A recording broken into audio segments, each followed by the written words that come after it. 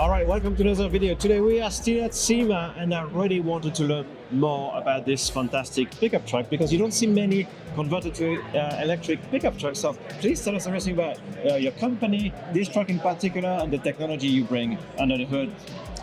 So my company is Electromods and Rods and Mods. We build classic American muscle cars and trucks.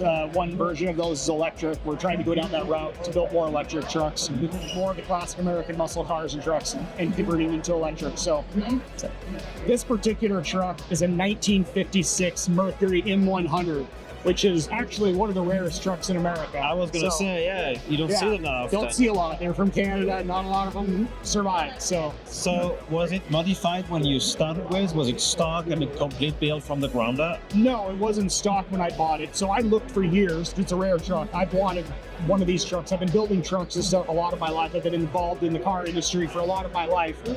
And I've always loved the 56 Fords, and the 56 Mercury was like this rare bird you'd never even see in real life. And so I looked half my life to buy one. And then I bought this one 6 years ago, out of Detroit. It came up for sale. I bought it instantly. So what did the Mercury version bring to it? Was it a different engine or was it just the trim that was a bit different? So the trim is different. Really, it's the Ford truck for Canada. So it says Mercury Ford of Canada. So basically is what it says on the VIN. Were the trucks built in Canada or they were made in the US and exported? They were exported. All of them were built, to my knowledge, in the US and exported, but they were badged differently and VIN differently. And that just gives them that rare aspect to it. So this one being a Mercury, I really wanted a Mercury. I got this. And then I'd worked in the electric industry, and I've always been a fan of electric cars, and I wanted to pursue electrifying vehicles. And I thought to myself, what's the first one I should do? Let's take the rarest one. I'm going to take the rarest one. And everybody that works for me actually was like, whoa, don't do that, no. And I just said, that's the reason I need to do it. I'm going to take this one, and I'm going to make it electric. And it's passion for me. And so I've spent the last about, I'd say a year and a half preparing this and getting it ready for build. So I've worked with a group called Elkington to help me with the drivetrain and the motors, the batteries, and so forth. And we've been back and forth to each other's facilities multiple times. We 3D scanned this truck, other trucks like it. We took, I took chassis up to them to take measurements from, and body styles like this up to them to take measurements from, so we could get it right the first time. Wow. And so we spent about over a year prepping this and getting this thing all built with Elkington, prepping for this truck. And then actually we did all the assembly of the truck over the chassis and over the electrification in the last few months. So the good thing with working with them, and we have another dedicated videos about their Mustangs, is you can get a complete chassis that is already electrified, and then you mount your body of choice onto it. Exactly. All right. So they will now offer the same system for all the Ford trucks from that era, the 50s and the 60s? Yeah, this system should fit on all of the late 50s trucks, essentially. And so I know specifically it'll fit on a 56 Ford. So let's talk numbers. Power, torque, how long it takes to install it all. What's your feedback on the process of opting to bring a new chassis to the truck instead of bringing a drivetrain in a truck? So power-wise, the motors are capable of 2,100 foot-pounds of torque, but that's way too much. So I've talked with them about toning that down through software to about 600 foot-pounds of torque, and that's where this sits, which is a lot. You can't really enough to do a burnout easily. Four-wheel burnout. I did a four-wheel burnout all the way across my parking lot in this, so it definitely will get you your burnouts. So it's all-wheel drive, 600 foot-pounds torque, 500 horsepower. I think the way I drive with the 90 kilowatt battery pack would be maybe 150-mile range. It should go 200 plus for most people, but I drive fast. So well, that's the whole point, isn't it? We have rapid charging on this platform. Yes. Rapid charging and slow charging, either way. So going back to the battery, what is it made of? Do you use Second Life? NMC. Brand new Second Life battery.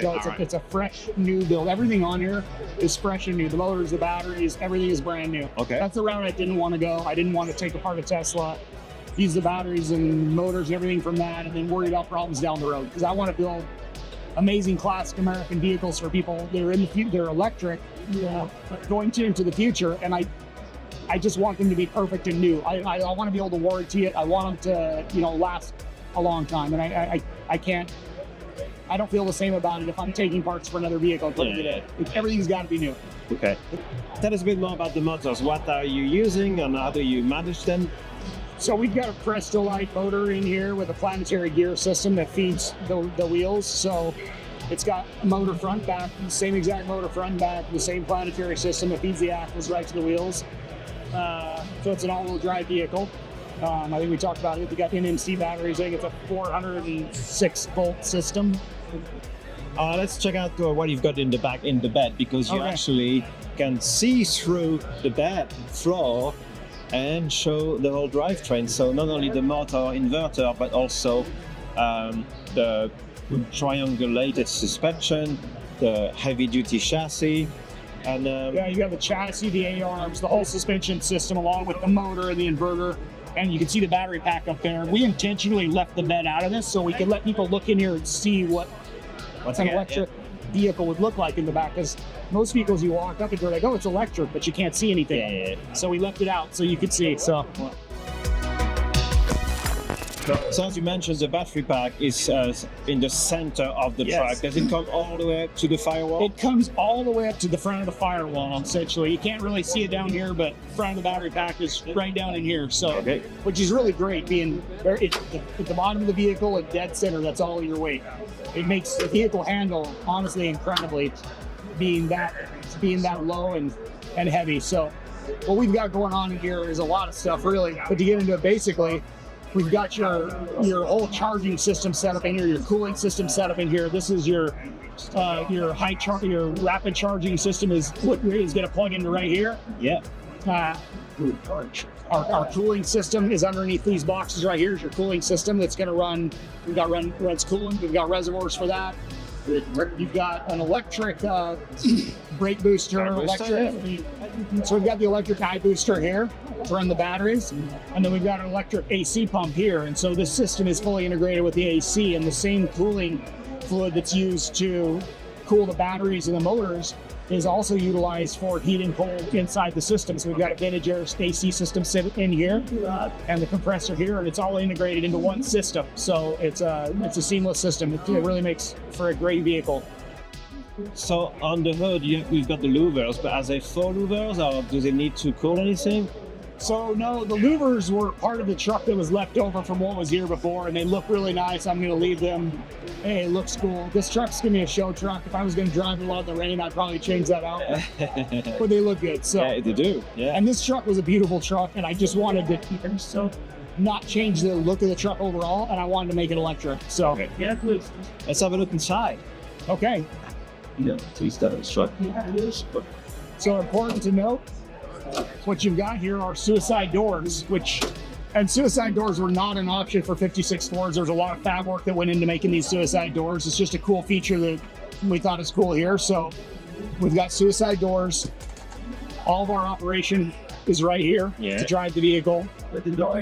It's all right here, AC, and then a screen that runs everything else. It runs navigation and your radio and Bluetooth, all of that is right here. So really, that's all you really need. I've got my parking brake here and a little phone charger here, and that's all you need. Really all we need in here. So we want to keep it also pretty like classic looking, we want to kind of maintain that classic look. So you feel like you're driving an old car around, but you got some of these modern features in here. So. And you've got brand new gauges also. Brand new digital, Dakota digital gauges that integrate well with this system. So they provide boxes that actually do the integration.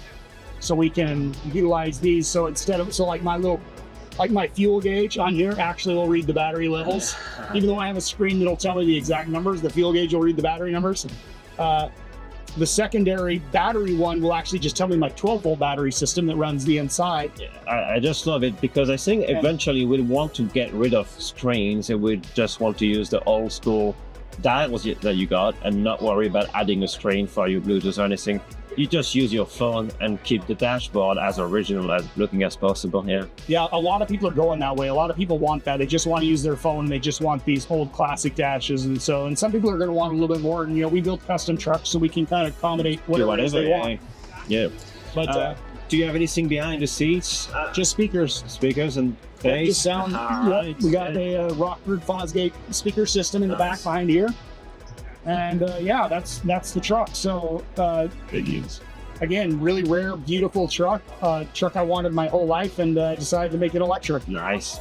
So this is your truck. Are you building trucks or other vehicles for customers? Yes, I build these specifically for trucks for other customers. I have another one here in this booth today that I built for another customer, and my shop is full of cars I'm building for other people. And my goals are, I'm trying to push as many people as I can towards electric. I love building old trucks, but I'm pushing electric as much as I can and going that route. And so I would like to make a whole line of these 56 Fords that are electric, as well as Tri-5 Bel Airs and a few other vehicles, and just make a whole line of them and try to get them to maybe produce them at scale. Okay. Or at least a larger scale, several hundred a year instead of... Also a low volume OEM. So yeah, is what I'd like to do. So you can really, if I can do that, I can get these electric classics in people's hands for a reasonable price.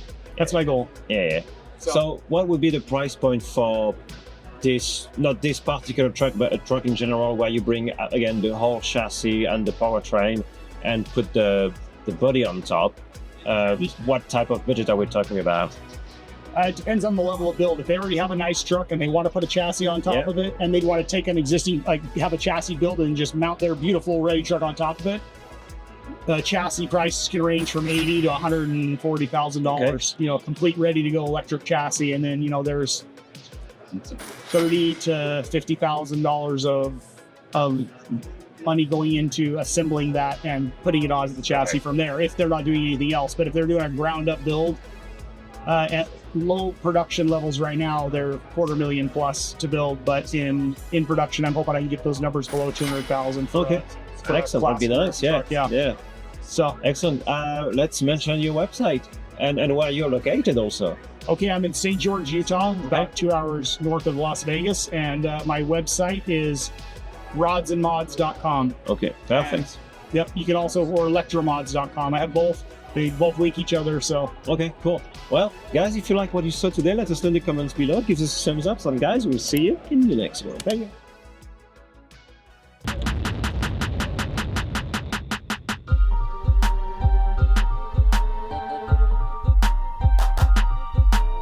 Would you believe me if I told you can do a radical change to your car in less time it takes to supercharge your Tesla? Let's check it out.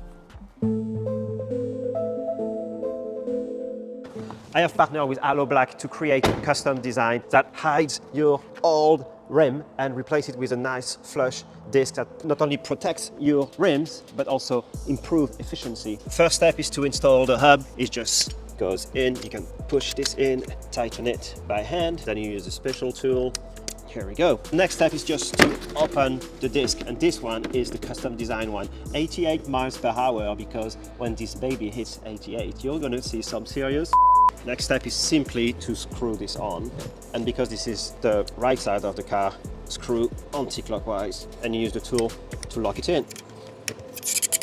And to secure the whole thing, you screw on one very last screw. All right, it only took 12 minutes, which is way less than it takes the Tesla to supercharge. So in the next few weeks, I will know if efficiency has actually improved. But in the meantime, you can order your own set of discs. And again, you can use any numbers, any letter you want, up to 25 characters, and use the code below. But more importantly, send us your photos of your Tesla with your Halo disc.